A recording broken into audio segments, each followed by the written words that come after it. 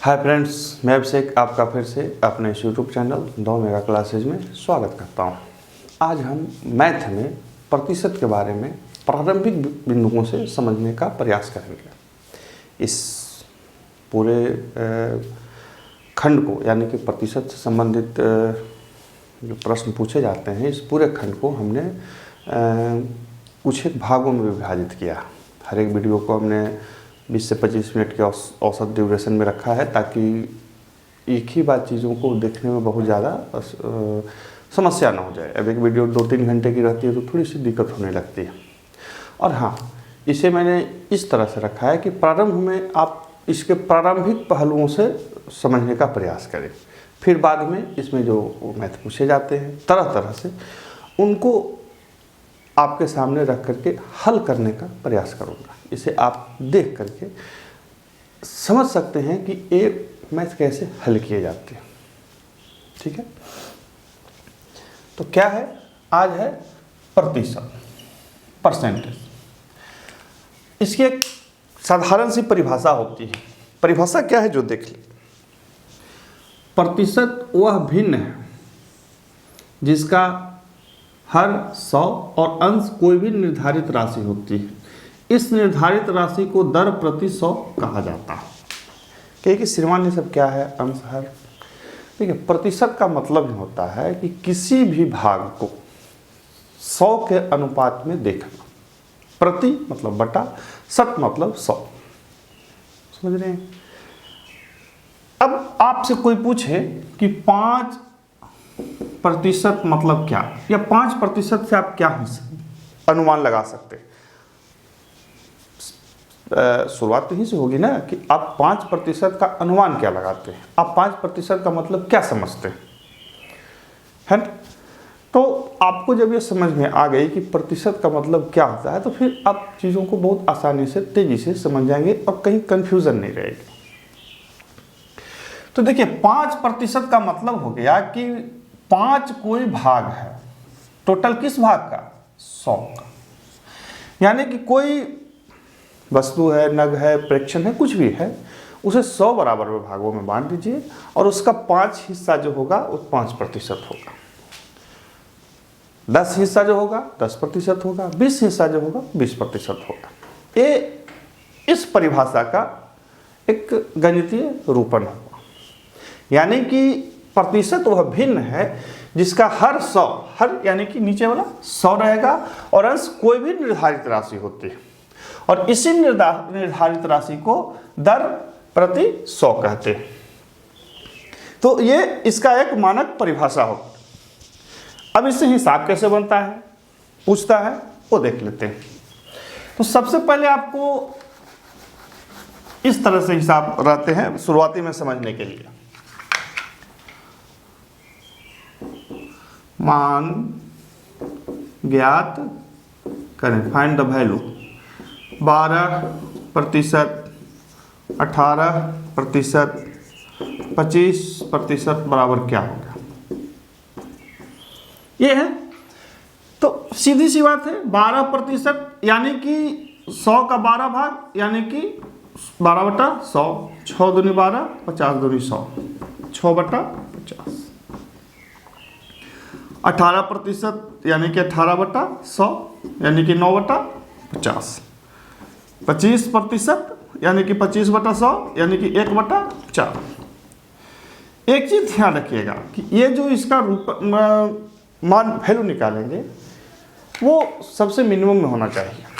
ऐसा नहीं है कि हम 6/50 लिख देंगे तो सही हो जाएगा, वो गलत है, वो नहीं होनी चाहिए। इसके अलावा ये जो मान निकालने के लिए लिखे, इसी को पूछेगा भिन्न क्या होगा, या भिन्न के रूप में बदले, ऐसे पूछेगा।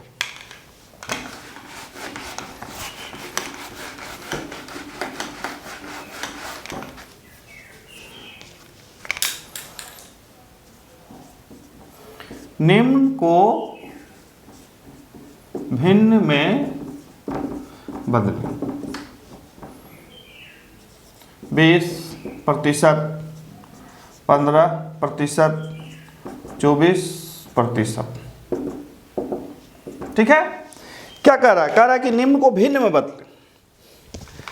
बहुत आसान है, इसे कुछ नहीं करना है, 20/100 कर देना। कितना हो जाएगा? 1/5, 20 बचे 100, 15/100, 3 बचे 20 बचे, 3/20, 24/100, 6 चौके 25 चौके, 6/25। तो ये हमने प्रतिशत को भिन्न में बदल दिया और ये इसी तरह से ये वैल्यू इसका निकाला जाता है। अब एक होता है इसी का उल्टा,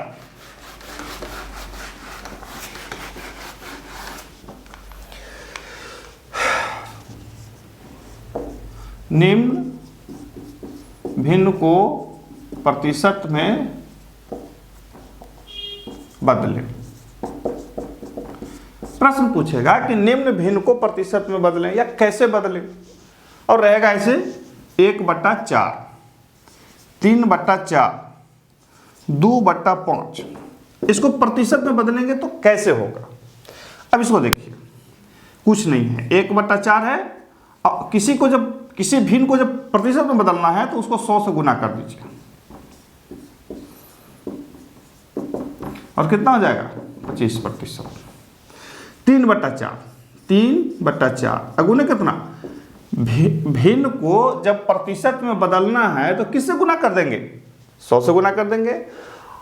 और जब प्रतिशत को अनुपात में करना था तो 100 से भाग कर देना था। उल्टा है इसका, 4/25 यानी कि 75, 2/5 अगुने 100, 5 से 20 बार में, 20 दूनी 40। तो ये हुआ भिन्न को प्रतिशत में बदलना। किसी भी भिन्न को प्रतिशत में बदलने के लिए उससे हमेशा किससे गुना कर देते हैं? 100 से गुना कर देते हैं। लिखिए देता हूं, 100 से गुना करें, यानी कि किसी भी भिन्न को प्रतिशत में बदलने के लिए 100 से क्या करते हैं? गुना कर देते हैं। इसी को रहेगा m/n या n/m को प्रतिशत में बदलें।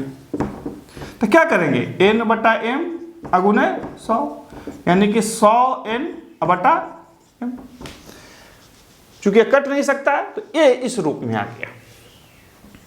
किसी भी भिन्न को जब प्रतिशत में बदलना हो तो किससे गुना करना है? 100 से गुना कर देना। तो ये था इसकी एक सबसे प्रारंभिक बिंदु जो आपको जरूर आनी चाहिए। और कभी कभी एक आध नंबर का पूछता है, हालांकि जिसको परसेंटेज आता है उसके लिए सब एकदम नॉर्मल चीज़ है, आसान सी चीज़ है। अब है प्रश्न कि प्रश्न कैसे पूछते हैं, और इन प्रश्नों को हम प्रारंभिक स्तर से देखेंगे। प्रारंभिक मतलब शुरुआत से, ताकि आपको दिक्कत नहीं हो समझने। प्रश्न है कि 12 का 18% क्या होगा? ठीक है। 15 का 52% क्या होगा? ठीक है। 500 का 15% क्या होगा? ये तीनों एक ही हिसाब है, कहीं पे कोई अंतर है नहीं, एकदम आसान। का मतलब क्या होता है? गुना। 18 को हम ऐसे लिख सकते हैं, हमने जो पहले बताया था 18% मतलब 18/100। 15% मतलब कितना? 15/100। भिन्न वह है जिसका अंश हमेशा क्या होगा? हर हमेशा क्या होगा? 100 होगा, और अंश कोई दिया हुआ संख्या होता है। सेम चीज है। काटेंगे इसको, 2 छक 3 चौके 12, 25 चौके 100, 54/25 यानी कि 2.4/25। ये इसका आंसर हो गया। कुछ नहीं किया, 12 का 12 लिखा, का को गुना में बदल दिया, 18/100 कर लिख दिया और हल कर दिया। इसको भी बना लेते हैं।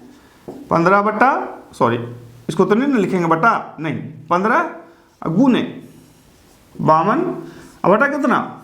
100, 3 बचे 20 बचे, 26 दूनी 52, 13 चौके 52 कर देते, 13 चौके 52, 5 चौके 20, 13 तिया 39, अब बटा कितना 5, 7.4/5। इस तरह से ये आंसर आ गया। एक चीज़ याद रखेंगे कि जो इस तरह का वैल्यू निकाला जाता है उसमें सबसे मिनिमम को आपको ही लाना होगा, मिनिमम से ऊपर में नहीं चलेगा, वो गलत है।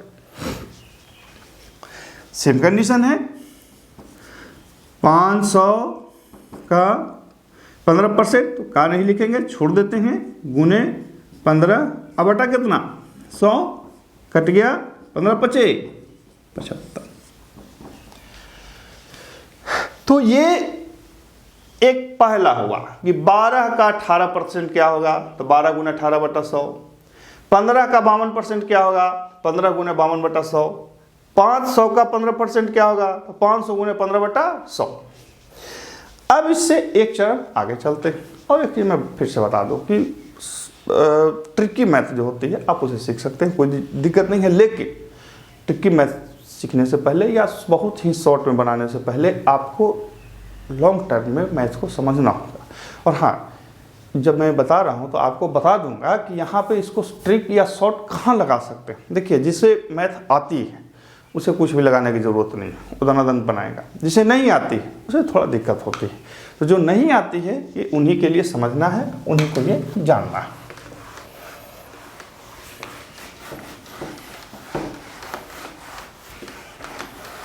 ठीक है, अब देखिए एक अलग तरीका,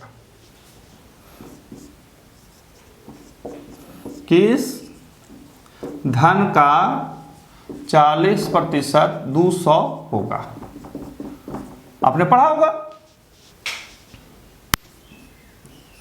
यदि x का 50% वामन है तो x का मान क्या होगा।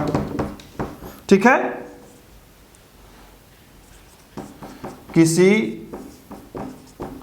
राशि का 75% 40 है तो उस राशि का मान क्या होगा। राशि ऐसे ही लिखाता है ना जी। चलिए कैसे भी लिखा है, अब अपना देख लीजिएगा। किस धन का 40% 200 होगा। अब इसे बहुत से लोग ट्रिक से बनाते हैं, हम आपको इसको बिना ट्रिक का बता रहे हैं, सिंपल वे में, साधारण से। ट्रिक भी बता दूंगा। हम किस धन को x मान लेते हैं, तो x का 40/100 बराबर कितना 20। तो x बराबर 20 गुने 100 अब बटा कितना 40, 50, यानी कितना हो गया 50। यानी कि 50 का 40% 20 होगा। ठीक है, सॉरी 200 था जी, अरे तो गड़बड़ हो गया 200, तो यहाँ 200 लिख देते हैं, तो एगो शून्य बढ़ जाएगा तो 500 हो जाएगा। ठीक है, कहता है कि किस धन का 40% 200 होगा। तो हमने किस धन को क्या मान लिया, x मान लिया। का मतलब क्या होता है गुना, तो x गुने 40/100 बराबर कितना होना चाहिए 200 होना चाहिए। और फिर हमने हल कर दिया। इसी को लोग शॉर्ट ट्रिक में क्या करते हैं कि 200 गुने 100 बटा 40 कर देते हैं। ठीक है, अब इसमें और इसमें आपको क्या अंतर दिख रही है, बोले श्रीमान कुछ अंतर नहीं दिख रही है, पर एक्चुअली में होता भी नहीं है। ट्रिकी मैथ में क्या होता है, या शॉर्ट भी जो आपको बताते हैं तो क्या होता है, वो भी आपको पूरी मैथ ही बता रहे होते हैं, बस इस पोर्शन को हटा देते हैं। हम जब चूंकि प्रारंभ से सीख रहे हैं तो हमें ये सीखना होगा कि आखिर ये प्रारंभ कैसे होता है, आखिर ये काम कैसे करता है। जब एक बार आप थोड़ा सा डिटेल से सीख जाएंगे तो शॉर्ट में भी आप खुद ब खुद बनाएंगे, किसी टीचर से मैथ ट्रिक सीखने की जरूरत नहीं होती है। ठीक है, इसी का अगला रूप है कि यदि x का 50% बामन है तो x का मान क्या होगा? कुछ नहीं है, x गुने 50 बटा कितना 100 अब बराबर 52। 50 दूनी 100, सॉरी अति नहीं है, यहाँ गुना कर दीजिए 104। ठीक है, इसी को ट्रिक पर बैठाते तो क्या होता? 52 गुने 100 अब बटा कितना 50। 52 गुने 100 अब बटा कितना 50। चूंकि हमें आता है तो हम वैसे कर सकते हैं, आपको प्रारंभ बिंदु से समझना है। अब लिखता है कि किसी राशि का 75% 40 है तो उस राशि का मान क्या होगा?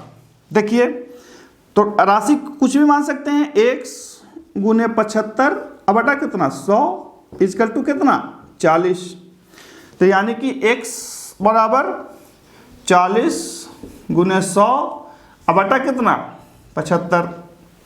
3 25 से 4 25 से 160 बटा 3, यानी कि वह जो राशि है वो 160 है, या शायद 53.1 बटा 3 आएगा। ठीक है ना? तो ये दूसरा ऐसा प्रारंभिक बिंदु है जिसे आपको जानना पड़ेगा। पहले कोई राशि दिया हुआ है उसका निकालना, जैसे 500 का 12%, 800 का 14%, 600 का 18%, ये प्रारंभिक हुआ। दूसरा कहता है कि किस धन का 30%, 40%, 60% ये बनेगा। ये इस तरह से बनते हैं। अब हम इसमें थोड़ा सा और एक स्टेप आगे बढ़ते हैं और उन प्रारंभिक स्तर के मैथों को देखते हैं, गणित को देखते हैं, जो विभिन्न परीक्षाओं में आपसे पूछती है और आपको जानना जरूरी होता है। अब देखिए, इसके आगे जो हिसाब होते हैं किस तरह से प्रारंभ होते हैं और पूछे जाते हैं। जो अभी हमने दो टर्म जो दो तरह से सीखे थे, उसी का ये अगला क्या कह सकते हैं भाग है। प्रश्न क्या है? यदि 4800 का 15% x का 3/4 है तो x का मान ज्ञात करें। एसएससी के जो प्रारंभिक स्तर अर्थात जीडी वगैरह में जो पूछा जाता है वो इसी तरह से पूछा जाता है। इसी तरह से शुरुआती हिसाब को थोड़ा ज़्यादा मात्रा में पूछ लेते हैं, ताकि लोग बच्चों को लगता है कि अरे तो बड़े ज़्यादा हिसाब पूछ लिया, अब कैसे बनेगा। कुछ नहीं दिक्कत। यदि आप घर पर बनाइए और 30 मैथ का जो सेट है, 30-30 का जो रहता है या 50-50 का रहता है, आप उसे चुन लीजिए और औसतन उस पूरे सेट को आप 20 से 25 मिनट में बना ले रहे हैं तो आपकी मैथ की गति बहुत अच्छी है। यदि 25 से 30 मिनट लगा रहे हैं तो औसत ठीक ठाक है, 30 से 35 मिनट लगा रहे हैं तब भी ठीक ठाक है, कोई दिक्कत नहीं है। लेकिन 35 से यदि ज़्यादा लग रही है तो आपका कैलकुलेशन गलत, मैंने देरी हो रहा है, दिक्कत हो रहा है। कैलकुलेशन आप फास्ट रखिए। बहुत ज़्यादा चीज़ों को पजल बनाने से कोई फ़ायदा नहीं होता, सिंपल ही रखिए। क्योंकि हम लोगों ने या हमने सिंपल तरीके से ही चीज़ों को देखा रखा और सफलता प्राप्त की और कभी समस्या नहीं। तो मेरी ये सलाह है कि उसको सिंपल ही रहने दें, क्योंकि कितनी चीज़ों को आप याद रखेंगे, कहाँ कहाँ याद रखेंगे, उन तरीकों को आप ध्यान रखें जिन तरीकों से कोई चीज़ प्रारंभ होती है और ख़त्म होती है। तो देखिए, कुछ नहीं करना, हल 4800 गुने 15/100 बराबर x गुने 3/4। सीधी सी बात, ये हल कर दिया। 48 गुने 15 बराबर 3x/4, 3 से 5 बार, ठीक है। गुना कर देंगे, x बराबर ये उल्टा हो जाएगा 48 गुने 5 गुने 4, x बराबर 48 गुने 20 960। x का वैल्यू कितना आ गया 960। 4800 का 15%, 4800 गुने 15/100 बराबर x गुने 3/4, ठीक है। ये 2 शून्य से 2 शून्य हमने काट दिया। 48 गुने 15 3x/4, 3 से ये कट गया 5 बार में, ठीक है। तो ए रख दिया और इस तरह से ये हिसाब बन गई। आपकी कहीं पर कोई दिक्कत नहीं होगी। अब इसी तरह से इसी चीज़ों को आगे पीछे कर करके आपसे पूछते रहेगा, ध्यान रखिएगा, इसी चीज़ को आपसे आगे करके पूछते रहता है। अब आप इसको देख पाएंगे तो ठीक है, नहीं देख पाएंगे तो थोड़ी आपसे दिक्कत होती रहेगी। अब एक टर्म मतलब एक तरीका और आगे, किसी संख्या के 4/5 तथा 65% का अंतर 56 है तो संख्या का 65% क्या होगा? बार बार पूछ रहा है, 65 लिख दिया, कोई बात नहीं। हाँ, किसी संख्या के 4/5 तो माना, याद रखिए ये आपको बताने के लिए बोल रहा हूं, माना हमको बनाना होता था, हम माना उना नहीं लिखने जाते, कोई हमको मतलब नहीं था, आपको सीखना है, प्रारंभिक रूप से जरूर सीखना है। किसी संख्या के 4/5 तथा 65% का अंतर 56 है तो माना संख्या बराबर x, संख्या का 4/5 बराबर 4x/5 यानी कि 4/5x, संख्या का 65% बराबर 65x बटा कितना 100, और दोनों का अंतर कितना है 56। इसको हल कर लेंगे, यानी कि 4x/5 माइनस 65x/100, 13×5 65 और 20×5 100, यानी कि 4x/5 माइनस 13/20 यहाँ, ठीक है, x रखेंगे। अब इसको हल कर दीजिए, कितना हो जाएगा 5 चौके 20, 4 चौके 16x माइनस 13x, यानी कि 3x/20। यानी कि हमने जब ज्ञात किया कि कोई संख्या है x, उसका 4/5 तथा 65% का जो अंतर हमारा आ रहा है वो 3x/20 आ रहा है, लेकिन कहता है कि नहीं वो ये वाला, ठीक है ना, वो क्या है, वो इसका मान इस तरह से। अब आपको इसके मान में इसको पुट कर देना है, क्या कर देना है, पुट कर देना। पुट जब कर देंगे तो उसके बाद ये चीज बन जाएगी, कहीं पे कोई दिक्कत आपको नहीं होगी। अब इसे हल कर लेते हैं। 3x/20 बराबर कितना 56, तो x बराबर 56 × 20/3 हो गया ना, यानी कि आपको संख्या निकल गया। अब हमको हल नहीं करना है, देरी से करना है, तो हम और दिमाग लगाएंगे। अब उसका 65% निकाल देंगे, यानी कि इसका 65% निकाल देंगे। 56 × 20/3 × 65 बटा कितना 100 हो गया ना। 1 0 से 1 0, 2 5 10, 13 5 65 और 2 से 2 यह कट गया, गुना कर देंगे। 56 × 13/3, यही आपका आंसर मान आ जाएगा, ठीक है। तो इस तरह से इन सब चीज़ों को भी बनाया जाता है। मान के संख्या, पहला संख्या 4x/5 और दूसरा 65x/100, और उसका जो क्या कहते हैं, हल कर लेंगे। हल करने के बाद हमें ये प्राप्त हुआ, यानी कि जो संख्या है वो संख्या का अंतर हमें प्राप्त हो गया। कहता है कि वो अंतर जो है वो 56 है, यानी कि 3x/20 = 56 या 56, तो x बराबर 56 × 20/3, यानी कि ये संख्या का मान है। यदि हमको हल करना होता तो हम हल करके लिखते, लेकिन हमें उसको क्या करना है, सिंपल करना है। तो फिर ये जो संख्या मान है उसका हमने 65% निकाल दिया, कैलकुलेशन किए तो इतना आया। हो सकता है कैलकुलेशन आगे पीछे हो सकती है, कोई भारी बात नहीं है, लेकिन आपको सीखना, आपको हल करना, ये तरीकों को आपको देखना। अब देखिए इसी में आगे बढ़िए। देखिए फ्रेंड्स, जो सेट में दिया हुआ था वो दूसरा अंक था, हमने इसको बदल दिया ताकि आपको पजल रहे, ध्यान में रहे कि कैसे बनते हैं। और हाँ, कैलकुलेशन करते समय ध्यान रखेंगे कि चूंकि मैं लाइव कैलकुलेशन करते रहता हूँ तो थोड़ी बहुत विचलन की स्थिति हो सकती है। हालांकि मैं प्रयास करता हूँ नहीं हो, लेकिन खैर कोई भी चीज़ त्रुटि विहीन नहीं हो सकती। देखिए क्या कहता है, दो धनात्मक संख्याओं का योग 1508 है।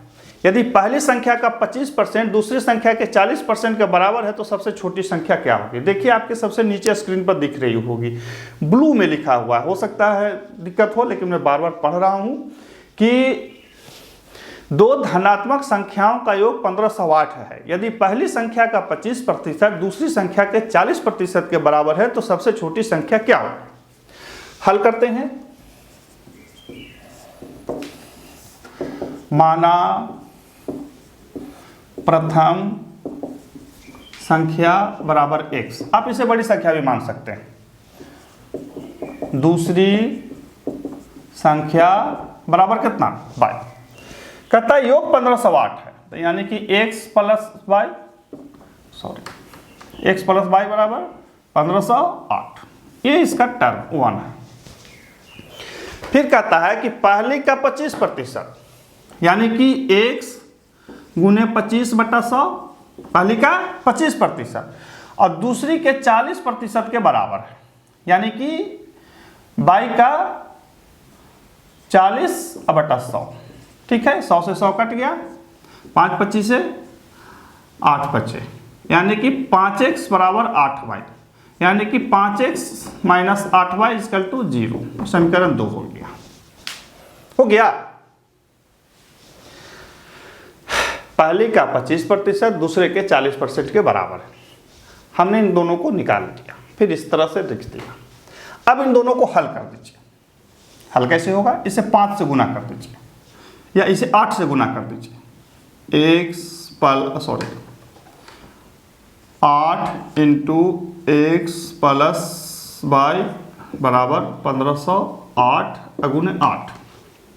नीचे इसको लिख लेते हैं या इसको और आगे बढ़ा लेते हैं। 8x plus 8y equal to 1508। इसको रख देते हैं यहाँ पे। 5x minus 8y equal to 0। कहिए कि श्रीमान 8 से काहे गुना किए, 5 से क्यों नहीं किए? ये आपकी इच्छा, आप किसी से भी कर सकते हैं। हमने चूंकि ये प्लस में था और y माइनस में है, ये 8 है तो हमने इसको भी 8 कर दिया और ये इस तरह से कट जाएगा। ठीक है, गुने 8। 13x बराबर 1508 गुने 8। x बराबर 1508 गुने 8 बटा 13। 1508 को देखते हैं काट करके 13 से। 13 एकम 13, 7 13 पचे 65, 5 8, 13 चौके 52, 13 पचे 65, 13 छक 78। नहीं ठीक है ना? हाँ ठीक तो है। हाँ 8 5 13 ही होगा। ठीक है, 1508। 13 एकम 13, ओहो गलती यहाँ पर है 2। फिर 13 एकम 13, 7, 13 छक 78, यानी कि 13 से जो 1508 116 बार में कट जाएगा, यानी कि 116 गुने 8 116। देख लीजिए 13 एकम 13 2 हो गया, 0 उतारे, फिर 13 एकम 13 7 हो गया, 13 छक 78, यानी कि 8 छक 48 के 8 हाथ में बचा 4, 8 4 12 के 2 हाथ बचा 1, 8 1 9। प्रथम संख्या जो हुआ 928 आ गया। इसका मान 1 में रख दीजिए।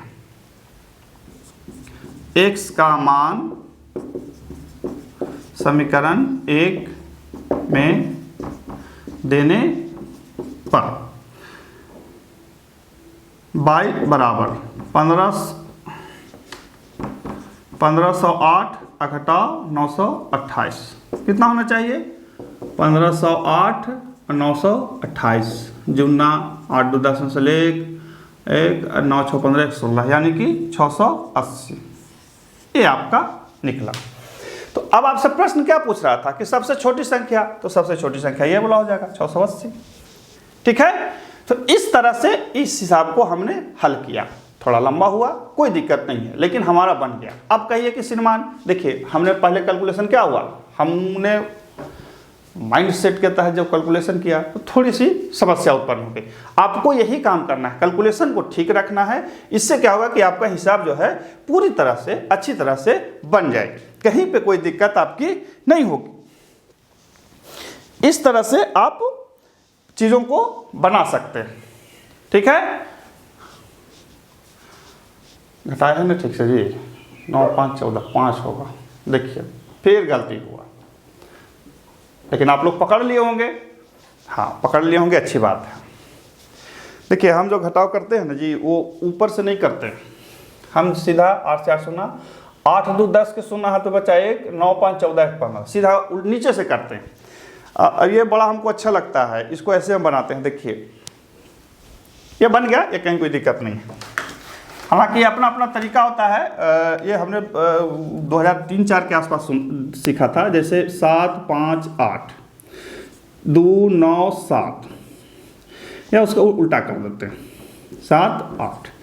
नॉर्मली जो लोग घटाते हैं पैसा लेते हैं, नहीं, हम सीधा जानते हैं, चूंकि हमको पता है। तो 9 8 17 हाथ में बचा 1, 9 1 10 5 15 हाथ में बचा 1, 3 2 5 2 4 2 6 1 7। नीचे से हम गिनते हैं, आप गिन के देखिए 9 8 17 हाथ बचा 1, 9 5 14 1 15 के 5 हाथ बचा 1, 4 2 6 1 7, सीधा हो गया। यानी कि हम ऊपर से नहीं करते, हम नीचे से करते हैं, या हम नीचे से अपना ऐड करके लिख लेते हैं। ये अपने अपने तरीके, सही है गलत है कुछ नहीं है, सबको अपने अपने तरीके से मैथ समझ में आती है। तो ये था जो हमने प्रारंभ से सीखा, उसके प्रारंभिक स्तर से। अब देखते हैं इसके आगे के स्थितियों। अब देखिए इस तरह से हिसाब आपने देखे होंगे। पहला हिसाब मैं पढ़ के सुना देता हूं। किसी व्यक्ति के वेतन में 7200 से 8100 वृद्धि हो गया, तो उसके वेतन में कितने % की वृद्धि हुई? बहुत अच्छा है। देखिए कह रहा है कि कोई भी व्यक्ति था, उसका प्रारंभिक वेतन कितना था?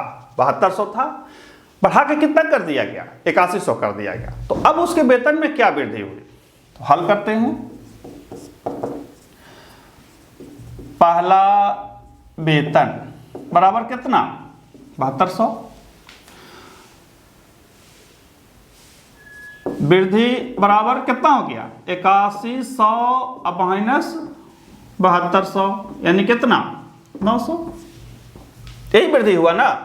तो अब इसको लिख देंगे प्रतिशत वृद्धि। प्रतिशत वृद्धि, देखिए प्रतिशत वृद्धि या कमी का मतलब हो गया कि जो वृद्धि या कमी हुआ है उसको लिख देंगे, 100 से गुना कर देंगे, और जो इसका प्रारंभिक था उसे नीचे कर देंगे।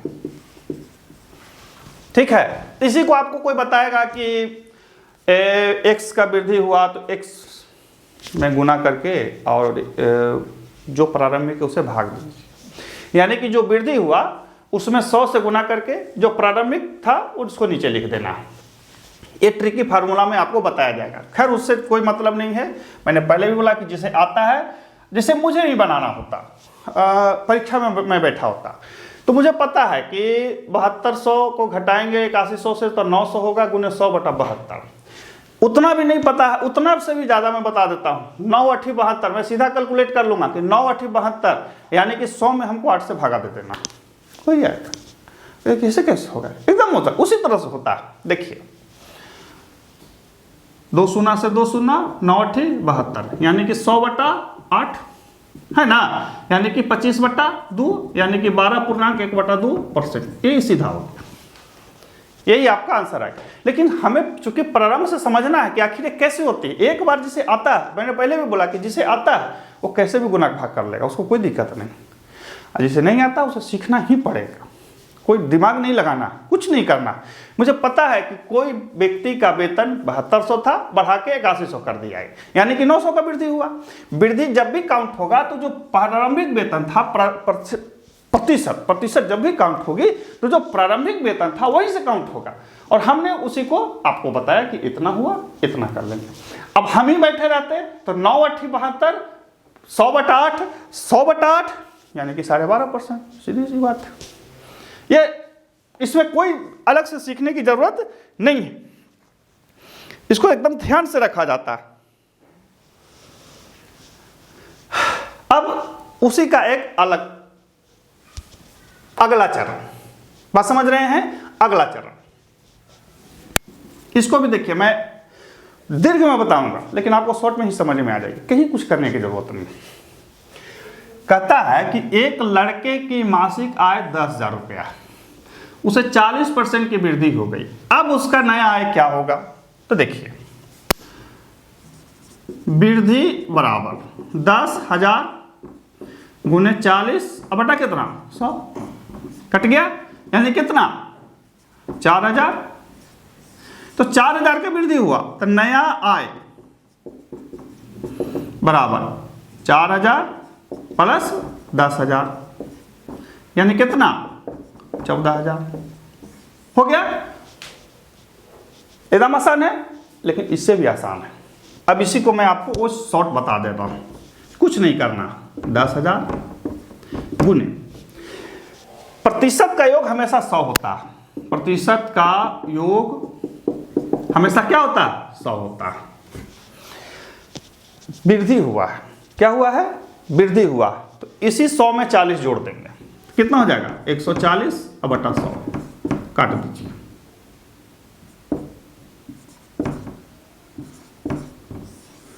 $14,000 आया। एकदम आसान से, ये प्रारंभिक बिंदु से समझने के लिए उसी का शॉर्ट फॉर्मूला, कुछ नहीं किया, हमने लिख दिया। ये इसी तरह से बनता है। यदि कमी रहता तो कमी कर देते। बात समझ रहे हैं? चूंकि वृद्धि है, सिंपल सा कह रहा है कि एक लड़के की मासिक आय 10,000 रुपया था, उसमें 40% की वृद्धि हो गई, अब उसका आय क्या होगा। यदि पूछता कि वृद्धि कितनी हुई तो 4,000 रुपया, आय पूछ रहा है तो हम इस तरह से निकाल दिए और ये चीज हो गया। यदि ये नहीं जानते हैं, ये जानते हैं, अच्छी बात है, लेकिन यदि यहां शब्द बदल दिया सारा गुड़ गोबर हो जाएगा, इसलिए चीजों को समझ के रखें। अब देखिए इसी का अगला वर्जन, एक एलसीडी की कीमत 50,000 रुपया, दुकानदार ने दीपावली के समय 40% की कमी कर दी, नया मूल्य क्या होगा। ठीक है, तो हम इस सूत्र पर बना देते हैं आपको। सबसे पहले 50,000 गुने कितना का कमी किया 40% का, तो ढेर लोग 40 लिखने लग रहे हैं। नहीं 40 नहीं लिखना, हमने क्या बताया परसेंट का योग कितना होता है 100 होता है। ये 40% की कमी किए, यहाँ 40% की क्या किया था वृद्धि किया था, यहाँ 40% का कमी किया, तो 100 में से 40 घटा लेंगे तो कितना बचता है 60 अब बटा कितना 100, 2 से 2 सोना कट गया, 6 5 30 पर 1 2 3 30,000 रुपया में वो बेच रहा है।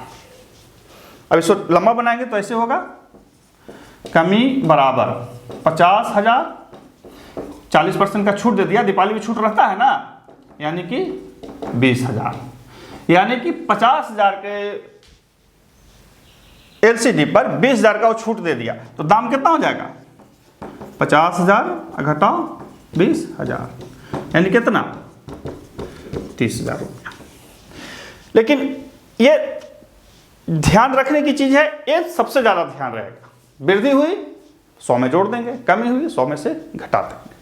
बात समझ रहे हैं? अब इसी को आगे करके कैसे पूछता है,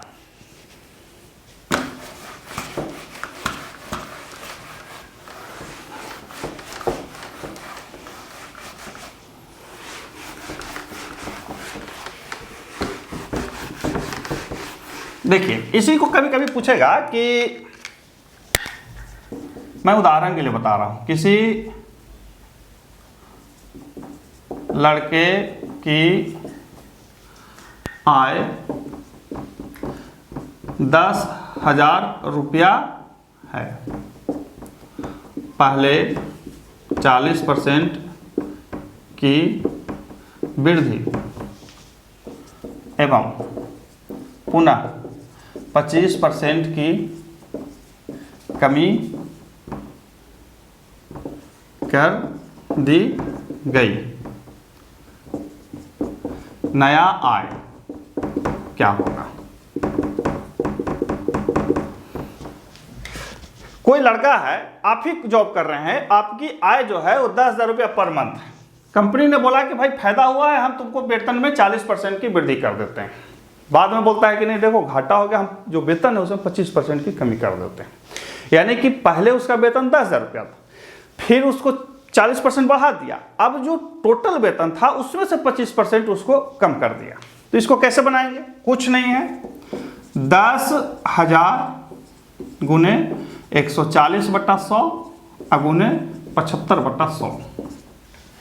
जो हमने दोनों बताया था इससे पहले जो दोनों ऊपर और नीचे बताया था दोनों का एक ही साथ निकाल दिया। कुछ नहीं करना है, कटकुट कटकुट, यानी कि 140 अगुने 75 गुना कर लीजिए। 75 में 14 से 5 चौके 20 सोना से 2 7 28 2 30 5 एकम 5 7 एकम 7 0 5 7 3 10, यानी कि 10,500 रुपया उसका आए। कुछ किए हमने ना 40% निकाला ना 25% निकाला, कुछ नहीं निकाला, हमने 40 लिखा नहीं, चूंकि वृद्धि किया तो 140 कर दिया, कमी किया तो इस तरह से कर दिया। तो ये शॉर्ट और लॉन्ग दोनों मिला करके आपको सिर्फ यही याद रखना है कि प्रतिशत का योग हमेशा 100 होता है। जब वृद्धि हुई कर देना है, कमी हुई तो घटा देना है। ये इसका सबसे सिंपल और शॉर्ट तरीका होता है।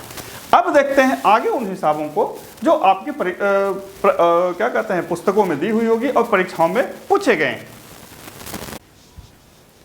अब देखिए इस तरह के हिसाब से बहुधा आपका पाला पड़ा होगा, परीक्षाओं में सीखते भी होंगे, बहुत सारे लोग तरह तरह से आपको बताते होंगे। हम इसे आज फिर से लंबे टर्म में आपको बताते हैं, समझदारी कैसे आपकी विकसित होगी देख लीजिए। कहता है कि राम की आय श्याम की आय से 25% अधिक है, तो श्याम की आय राम की आय से कितना % कम है? हल माना श्याम की आय बराबर कितना 100 रुपया, तो राम की आय कितना % अधिक है 25, तो हमने बोला था ना क्या करना है 125 कर देना है, यानी कि 125 हो गया। अर्थात जब श्याम की आय 100 रुपया है तो राम की आय कितना है 125 रुपया, तो कमी कितना हो गया, कमी बराबर 125 घटा 100 यानी कितना 25 रुपया। हो या नहीं हुआ, यानी कि राम की आय से श्याम की जो आय है, राम की जो आय है श्याम की आय से 25 रुपया कम है। प्रतिशत कमी बराबर 25 गुने 100 बटा 125। कहिए कि श्रीमान यही समझ में नहीं आता है, सारे लोग शॉर्ट फॉर्मूला लगाते हैं, यहीं पे समझ नहीं आता। देखिए प्रश्न को समझ लीजिए, जिससे आपको तुलना करना है उसका मान हमेशा नीचे रखना है। राम की आय श्याम की आय से 25% अधिक है, तो श्याम की आय राम की आय से कितना % कम है। हमें तुलना किससे करना है, राम वाला से। हमने राम वाला कितना निकाला 125, तो हमने 125 नीचे लिख दिया। श्याम का रहता तो श्याम नीचे लिख देते, XYZ किसी का भी रहता तो जिससे तुलना करना है उसी को नीचे रखना। 25 25 20 से 5 20, यानी कि 20% अधिक है। जो ट्रिक वाले हैं वो यही बताते हैं कि A गुने 100 बटा x प्लस 100 A, या हाँ यही बताते हैं ट्रिक वाले कि जितनी की वृद्धि की जा रही है या जितने की कमी की जा रही है उसमें 100 से गुना कर दीजिए, और नीचे जो मान दिया हुआ है उसमें A जोड़ दीजिए, या कोई मान नहीं दिया हुआ है तो यहाँ पे 100 लिख दीजिए। अब इसको शॉर्ट पर बताइए, देखिए 25 गुने 100 बटा 125, कहिए कि 125 कहाँ लाए, चूंकि A बराबर कितना है 25 दिया हुआ है। ये सूत्र हुआ, इसका कहता है कि अभीष्ट वृद्धि या कमी जो होगा A गुने 100 बटा A प्लस 100 प्लस A, कमी है तो 100 माइनस A लिखा जाता है। ये इसका शॉर्ट ट्रिक फार्मूला होता है, हमको उससे जरूरत नहीं है।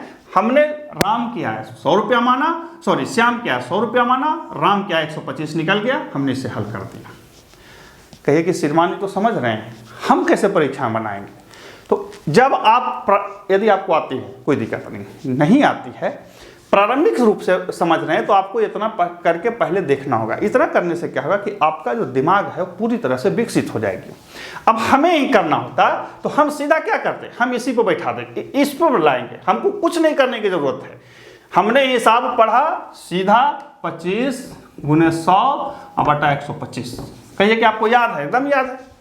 हम 100 मानेंगे, 100 माना, देखिए 125 आया। 20 रहता 120 कर देते, 40 रहता 140 कर देते, हमें कोई दिक्कत नहीं थी। कब, जब हमें आती है। नहीं आती है और आपने कोई ऐसा चीज एक्सेप्ट किया तो थोड़ा सा आपको दिमाग को बता नहीं पा रहा है, समझा नहीं पा रहा कि आखिर होता कैसे है, तो फिर समस्या हो जाएगी। हाँ, यदि आती है तो फिर ट्रिक की बहुत अच्छी है, कोई दिक्कत नहीं। अब इसी का अगला वर्जन है, कहता है कि x की आय y की आय से 60% अधिक है, y की आय z की आय से 40% अधिक है, तो x की आय z की आय से कितना परसेंट अधिक? गड़बड़ा गए? अब इसको आप कहिएगा कि श्रीमान बहुत सारे लोग बताएंगे इसको अलग सूत्र लगाएंगे, नहीं, सूत्र एक ही होता है, बस थोड़ा सा क्या कहते हैं, लंबा हो जाता है। अब देखिए इसको क्या करेंगे।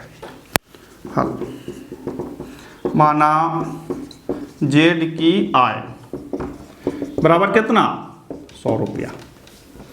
कितना है जेड की आय, हम मान लिए, तो बाई की आय, बाई बराबर 100 गुने 140 बटा 100 हमने बताया था, यानी कि 140। एक्स की आय बराबर 140 गुने 160 बटा 100, कितना हो जाएगा, 16 दहाइयों 160 और 16 चौके 64, 224 होगा मेरी समझ से।